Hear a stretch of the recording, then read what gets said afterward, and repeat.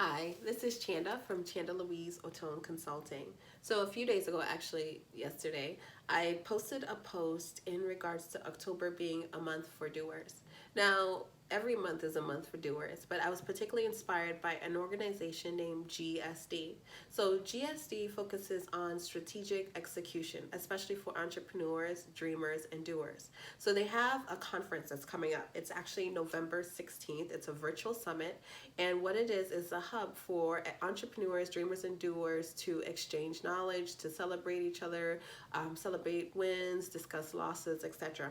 I'm actually one of the speakers there. I'll be discussing pivoting in one's career and business, etc. With the upcoming summit in mind, I thought it would be really cool to bring you guys into my world and show you how I translate motivation to actionable steps. So with that in mind, I have 5 specific, I guess, pillars or values that I think of when I go through. And I will take you along on a 5-week journey where I discuss each pillar or value and give examples of how to actually translate that. So those 5 pillars are faith, vision, serve or service, prioritize, and relationship. Actually, I believe that all 5 of those pillars or values really feed into each other, and I intentionally put them in that order because I think that order matters. Okay, so let's get right into business. So the first one I wanted to discuss this week is faith. Now, faith is, for me, it's very fundamental. It's what gives me wings, so to speak, you know? Now, I define faith in 2 ways. Well, actually, in 2 parts. So the first part, I would say, faith is believing in something that is not tangible, meaning you cannot see it, feel it, smell it. It's something that you don't have actual proof or evidence that you can touch and feel, you know? So that's the first part, having a belief in something that's not tangible. And then the second part is taking action on that belief that it has actually happened. So what do I mean by that? So let's give an example. Let's say that you are an event planner, right? So you have an event at the end of the year, and what you would like is to have a huge artist like Davido, right? You want him to headline your event. So here we are now in October and it's December. So you're believing, right, that first part, that you will have him booked. In fact, you're believing that, you know what, even though I don't know him, I don't have any connections or ties to him yet, he is going to headline my event. So that's the first part. The second part is you now start to behave in a fashion to support actually booking him. So meaning you don't think about how am I actually going to book him, you just believe that you will, but you start to take action to say that, you know what, if I did, or because I'm believing that I booked him, I need to make provision to make sure that I can support actually booking an artist at this level. So meaning you start to think to yourself, what's the arena? Where am I going to have this? What's the capacity of people that I could bring to come and see Davido? So let me, you know, I might not have the money now per se. Let me go and start to interview venues. Let me locate venues. Let me get a list of these venues in place. Not only that, let me call them and ask them for their pricing. After I ask them for the pricing, let me figure out, you know, what are their deposits? Do they need 50% up front? Do they need 75% up front?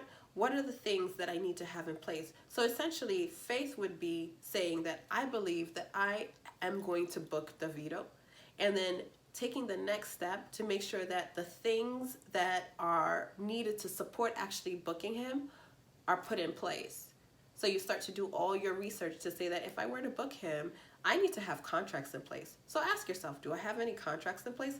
Let me go and start to set up contracts. Let me have those type of things in place. Let me get in touch with a lawyer. Let me get in touch with a place or a venue that has different types of merchandise. What type of merchandise? How much would merchandise cost me? You know, in terms of food, will I have food? Will I not have food? So you start operating in a space where you are making room for that thing that is not tangible.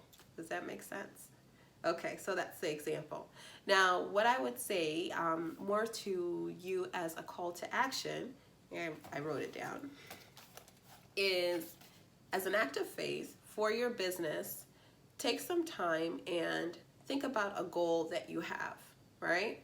So think about that goal, have it in mind, write it down. After you write it down, now start to think to yourself, what if I were able to attain this goal, right? Now, if I were able to attain the goal, what are the things that I would need to have in place to maximize on this goal that I've attained, right?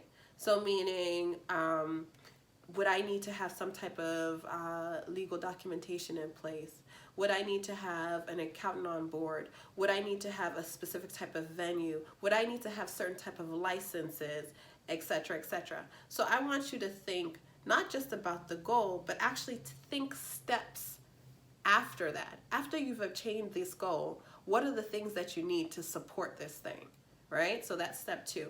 Step 3 is now to actually start to implement those things. So step 3 is to tell yourself now, if I were to have this goal, these are the things that I would actually need to have already had in place in order to support this goal being successful.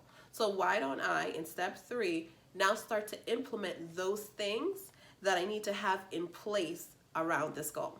So that's how faith works, and that's how I utilize it in terms of my business. I think about the goal that I have in mind, what I believe God has for me, and with that goal in mind, I don't worry about that specific goal anymore, but instead I think ahead of it. I start to think, because I want to obtain this goal and I'm going to obtain these goals, what are the steps that I need to have in place in order to support this goal being fully successful? And then I start to focus on that. So I start telling myself, do I have the right infrastructure in place? Do I have the right administrative processes in place?